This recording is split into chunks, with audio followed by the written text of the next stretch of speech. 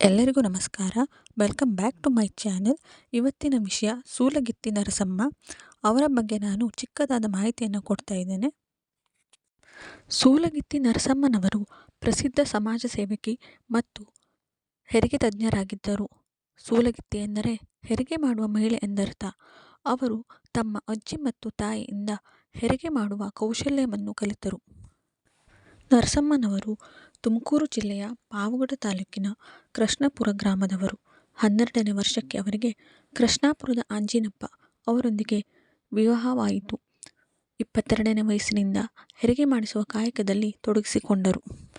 ಗ್ರಾಮೀಣ ಪ್ರದೇಶಗಳಲ್ಲಿ ವೈದ್ಯಕೀಯ ಸೌಲಭ್ಯಗಳು ಕಡಿಮೆ ಇದ್ದ ಕಾಲದಲ್ಲಿ ಅವರು ಅನೇಕ ಗರ್ಭಿಣಿಯರಿಗೆ ಸಹಾಯ ಮಾಡಿ ಸುರಕ್ಷಿತ ಹೆರಿಗೆ ಮಾಡಿಸುತ್ತಿದ್ದರು. ನಂತರ ತಮ್ಮ ಜೀವನವನ್ನೇ ಈ ಸೇವೆಗೆ ಸಮರ್ಪಿಸಿದರು. ಸುಮಾರು 70 ವರ್ಷಗಳ ಕಾಲ ಅವರು ಸಾವಿರಾರು ಮಹಿಳೆಯರಿಗೆ ಸಹಾಯ ಮಾಡಿದರು. ಅವರ ಜೀವನದಲ್ಲಿ 15,000ಕ್ಕಿಂತ ಹೆಚ್ಚು ಹೆರಿಗೆಗಳನ್ನು ಮಾಡಿಸಿರುವ ಖ್ಯಾತಿ ನರಸಮ್ಮ ಅವರಿಗೆ ಸಲ್ಲುತ್ತದೆ. ಗರ್ಭಿಣಿಯರಿಗೆ ನೈಸರ್ಗಿಕ ಆಯುರ್ವೇದ ಔಷಧಗಳನ್ನು ಕೂಡ ತಯಾರಿಸಿಕೊಡುತ್ತಿದ್ದರು. ಗಿಡಮೂಲಿಕೆ ಔಷಧ ಮಾಡುವುದನ್ನು ಸಹ ತಿಳಿದುಕೊಂಡಿದ್ದರು.